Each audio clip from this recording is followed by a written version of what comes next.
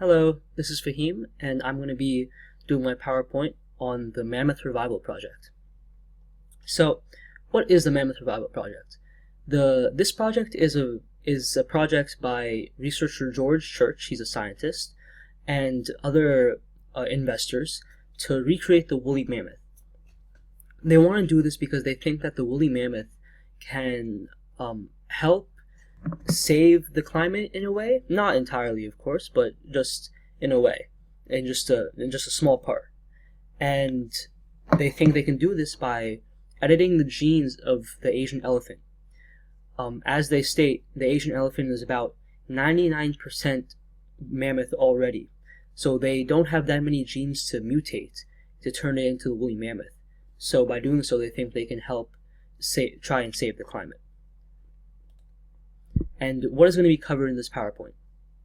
In this PowerPoint, we're going to go over the possibility of cloning the woolly mammoth and its habitat in order to combat climate change. The 5 key questions that I want to answer and ask will be: what is cloning in this case and how is it going to be done? What environment did the woolly mammoth live in and why is that important? When and why did the mammoths go extinct and what effects did it have on the climate? Why are mammoths specifically being brought back instead of other animals? And how would bringing back mammoths challenge climate change? Mammoths were related to climate, so how do mammoths relate to global warming?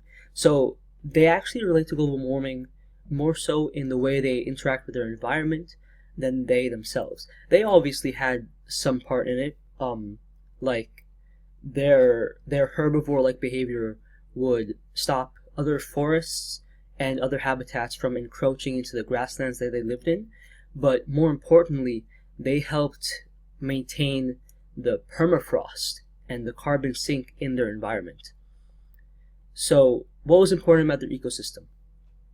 As I mentioned, their ecosystem contained the permafrost and a carbon sink.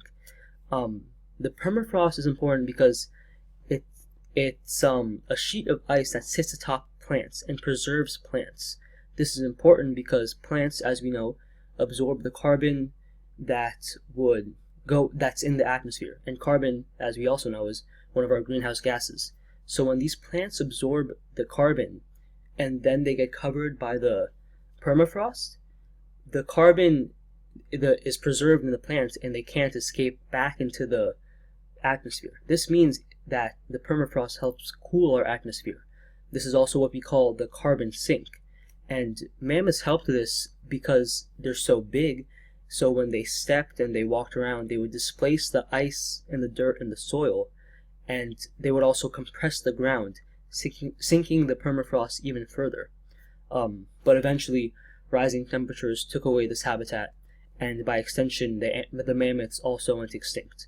And since then, the permafrost has slowly been thawing, and right now it's thawing at an even faster rate due to how bad our climate is right now. So how do researchers really plan to bring back the mammoth? For simplicity's sake, most articles you'll find will say through cloning, but really it's not cloning because the mammoths there isn't enough DNA from mammoth carcasses to be salvaged to create an actual clone. What they're instead doing is gene editing through a technology called CRISPR-Cas9. So this is a type of gene editing where you can go inside the gene and literally change the gene as it is. So they do this by cutting the host DNA, in this case the Asian elephant, inserting the new genes into their DNA from the DNA of the woolly mammoth carcasses, and then they let the natural reparation process of the DNA start. So then the new DNA can fuse with the host DNA, thus completing the mutation. And why is actual cloning not possible?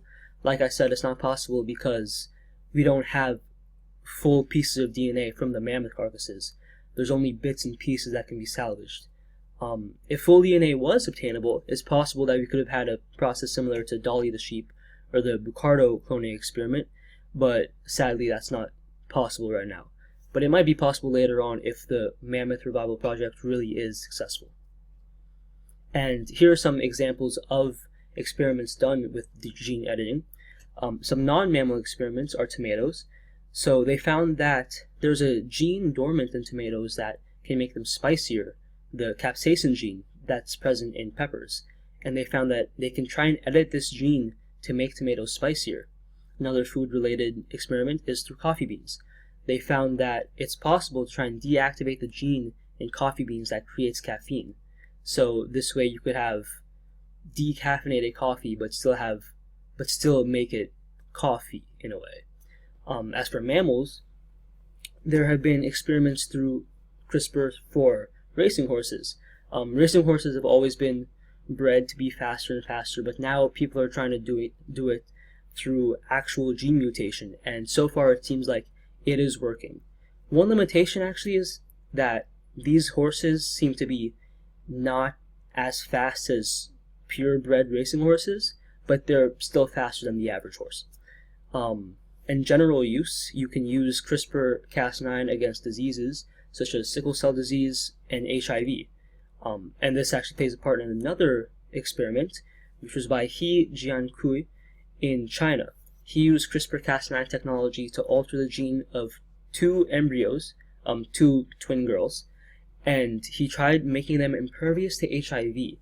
However, because he experimented on actual humans, it obviously created an ethical dilemma, and he ended up going to jail. But despite the ethical dilemma, the actual experiment shows us how far we can take this technology. And here are some studies here's one study linking mammoths and climate. We already went over how and why mammoths and their environment are important to the climate, but now we just need actual data to prove my claim. So here we see the decline of suitable climate for mammoths and the decline of the mammoth population. We can see those link up pretty simultaneously right here in the graph, as well as right here in the map. And then another part of this equation is the Pleistocene Park. The Pleistocene Park is something that was created by Sergei Zimov, and he tried to do this to reestablish the grassland environment from the Ice Age. So this would end up replicating, hopefully, the environment that the mammoths used to live in. And the scientists in charge of the Mammoth Revival Project, they hope to bring in mammoths into this environment later on to try and fulfill their role in the ecosystem like they did in the Ice Age. And as you see here in this picture, this is what ideally it would look like eventually, with big megafauna roaming the lands. And as you can see here, there's little bits of ice over here, and you can see the mammoths in the back over here. So what do all these cloning results mean? So for the cloning, it shows us how CRISPR is actually a valid tool in gene editing to produce really great results, disregarding the ethical limitations. And despite the lack of concrete studies published by the Mammoth Revival Organization, these experiments with CRISPR help showcase the validity of the tool in this context. And what do the studies on mammoths and climate show us? The main thing this shows us is how important the mammoth's habitat was in helping keep the world's climate in check. By showing us the symbiotic relationship between the mammoth and its environment, we see why one is needed for the other to survive, as well as just why it's so important to the climate. And what else is left on the side of the mammoth researchers? So George Church and his team have already done a lot of the initial theory crafting already. Really important aspects such as mammoth hemoglobin, extra hair growth, fat production have already been engineered, and more specific aspects such as slightly altering sodium ion channels in cell membranes have also been accounted for. So the next steps are testing cells in various aspects at various temperatures and stress conditions to perfect them, producing embryos with these mutated genes to see if anything is actually possible, to see if any baby mammoths are even conjurable.